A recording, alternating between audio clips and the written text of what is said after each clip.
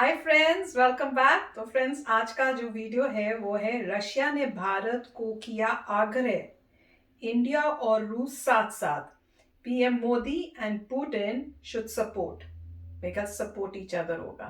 तो friends, video देखते हैं और पता करते हैं कि कौन क्या आग्रह किया है इन्होंने और क्या हुआ। तो वीडियो शुरू करने से पहले अगर आप चैनल पर नए हो और आपने अभी तक सब्सक्राइब नहीं किया है तो जल्दी से पहले सब्सक्राइब के बटन और बेल आइकन को क्लिक कर लो ताकि आपको हमारे सारे न्यू वीडियोस जैसे हम अपलोड करें उसका नोटिफिकेशन आपको मिल जाए। और वीडियो देखने के बाद अगर वीडियो पसंद आए तो करना लाइक और शेयर करना ये वीडियो अपने फ्रेंड्स और फैमिली के साथ। तो चलो फ्रेंड्स, शुरू करते हैं। एक बात से तो आप भी सहमत होंगे कि जब तक रशिया आर्थिक रूप से कमजोर रहेगा तब तक वो चाहते और ना चाहते हुए भी चाइना के खिलाफ कभी नहीं जा पाएगा।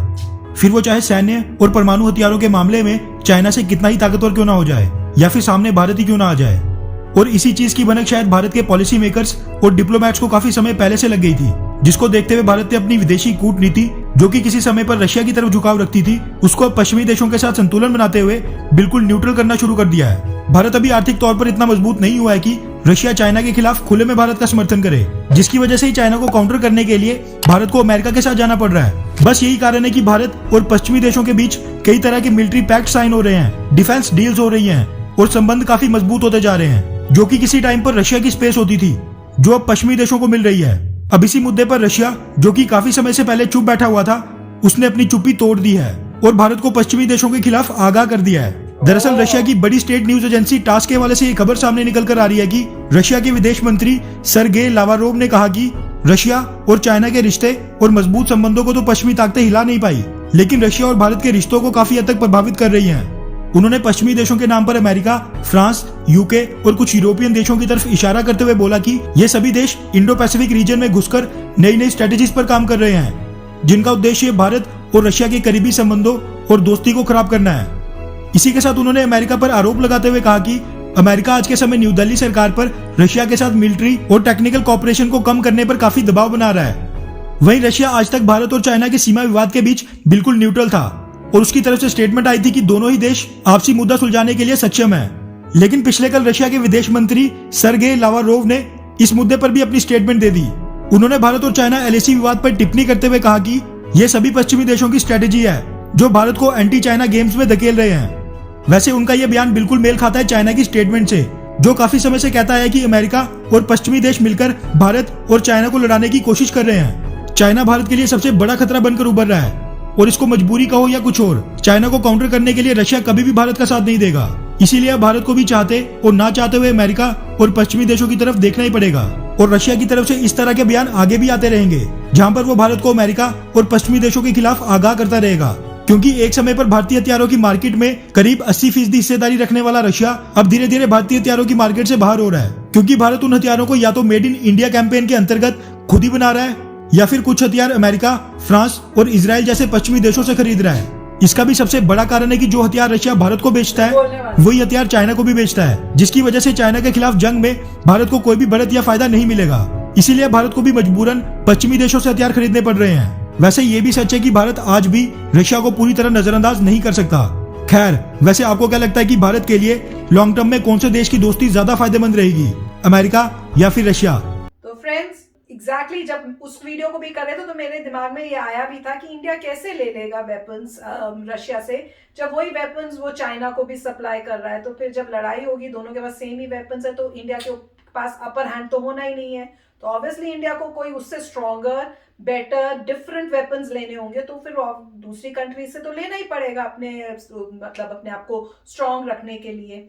तो और पहले बोल रहे हैं कि ये हम लोग जो थे लेते थे 80% ऑफ अपने वेपन्स रशिया से, तो अब वो तो कम हो गया है, तो रशिया को पैसों की तंगी हो रही है, वैसे ही उनकी इकोनॉमी जो है खराब है, तो अब उनको फील हो रहा है, अब वो सफर कर रहे हैं, तो इसलिए वो ये सब स्टेटमेंट सब दे रहे हैं।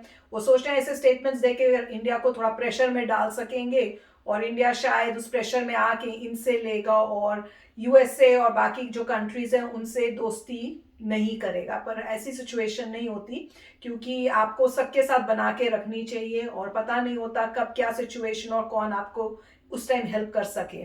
और वीडियो काफ़ी अच्छा था और मैंने तो बता दिया कि एट दिस पॉइंट रशिया भी चाइना के काफ़ी पास जा रहा है, तो इंडिया को ऑब्वियसली यूएसए के साथ तो फ्रेंडशिप करनी पड़ेगी और कोई चॉइस है भी नहीं। राइट, अब देखें तो ऑब्वियस बात ये नज़र आ रही है पूरी कि रशिया से जैसे जैसे हम वेपन्स नहीं ले रहे तो प्रॉब्लम आ रही है, मगर उन्होंने भी सही कहा था कि रशिया कभी भी इंडिया का साथ नहीं देगा अगेंस्ट चाइना। यूएसए के साथ देगा और किसी के वेस्ट के साथ देगा, मगर चाइना और इंडिया में अगर कुछ भी होता है तो रशिया किसी की हेल्प नहीं करेगा, ना चाइना की ना इंडिया की हेल्प नहीं करेगा, क्योंकि वो दोनों को बेचता है माल। तो वो बोलेगा मैं दोनों को माल बेचता हूँ, मैं कैसे लड़ाई कर सकता हूँ, इसलिए इंडिया के लिए कोई फ़ायदा नहीं है। अगर वही वेपन दोनों कंट्री को जा रहे हैं तो यूज़लेस है, तो इंडिया को कहीं और देखना चाहिए।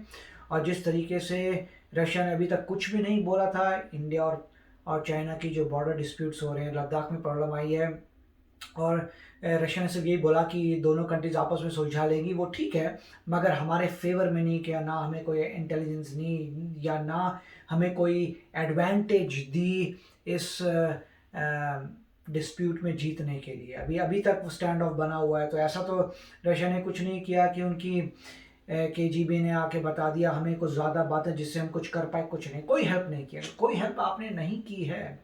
तो वही पॉइंट है कि फिर यूज़लेस वाली बात होगी, फिर तो आपको जो है, क्योंकि हालात अब बदल चुके हैं, वो ज़माने गए जहाँ पे रशिया और इंडिया एक थे और पाकिस्तान और USA, वो ज़माने अब ख़त्म हो चुके हैं। अब नया ज़माना है, उसमें इंडिया वेस्ट के साथ जा रहा है।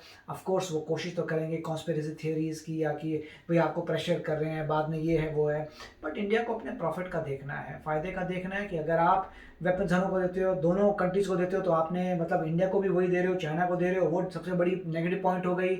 आप ये भी खुलेआम कहते हो कि हम रशिया के साथ मिलिट्री पैक्ट कर देंगे, ये कैसे बात? तो मेरे ख्याल से काफ़ी कुछ। अब दूसरा आपको देखना पड़ेगा, जैसे मैं पहले भी कहा था, कम्युनिज्म वर्सेस डेमोक्रेसी, क्या रशिया में डेमोक्रेसी है? उसके बाद कितने इंडियन ऐसे हैं जो रशिया में जाके सेटल हुए हुए हैं, कितने इंडियन ऐसे हैं जो टूरिंग के लिए भी जाते हैं, वहाँ पे वेकेशन में अपनी छुट्टियों में भी जाते हैं घूमने के लिए, बहुत कम लोग हैं। कंपेयर करिए, आपको कितनी पता है सिटीज़ रशिया की वर्सेस आपको कितनी पता है सिटीज़ US की, राइट? और हर बंदे के पास पैसा आता है तो वो जाता है वेस्टर्न घूम के आता है। कभी आपने देखा कि बंदे वहाँ पे जो इटली में जा रहे हैं, रोम देख रहे हैं, UK देखने जा रहे हैं, US देखने जा रहे हैं, कभी आपने देखा कोई बंदा कि स्पेशली वो सिर्फ रशियन सिटीज़ में देखने जा रहा है? कितनी आपको रशियन सिटीज़ पता है सिवाय मॉस्को के? मे बी सेंट पीटर्सबर्ग और छोटी मोटी एक दो, और कितनी आपको उस कंट्री के बारे में आपको कितना पता है, कितनी न्यूज़ आपकी आती है। तो इसीलिए बहुत कुछ, अब ये ज़माना बदल चुका है और अब देखेंगे आगे क्या होता है। बड़ा अच्छा वीडियो था। यस फ्रेंड्स, मैं यही सोच रही थी जब हस्बैंड ये सब बोल रहे थे कि टाइम ऑफ नीड, जब पुरानी बातें सोचो तो आया तो रशिया ही था हेल्प में। जैसे वो जो बताया था ना कि सबमरीन में ऐसे दिखाया था, हाँ, कि भाई बहुत सारे न्यूक्लियर वेपन्स लेके आए जबकि कुछ नहीं था डराने के लिए और सब। तो वो सब सोच के दुख बड़ा होता है कि एक अच्छा दोस्त खोने वाले हैं। तो फ्रेंड्स क्या करें, लाइफ ही ऐसी है, मतलब ह्यूमन बीइंग्स के साथ ही ये होता है, तो ये तो कंट्रीज हैं। तो चलो फ्रेंड्स, चलते हैं, मिलेंगे नेक्स्ट वीडियो में बहुत ही जल्द। Till then take care and bye bye. तो अगर आप मेरे इस चैनल पे नए हो तो जल्दी से सब्सक्राइब के बटन को हिट करो और बेल आइकन को क्लिक करो, ताकि आपको मेरा जब नया वीडियो मैं लगाऊं आपको उसके बारे में जल्दी से पता चल जाए।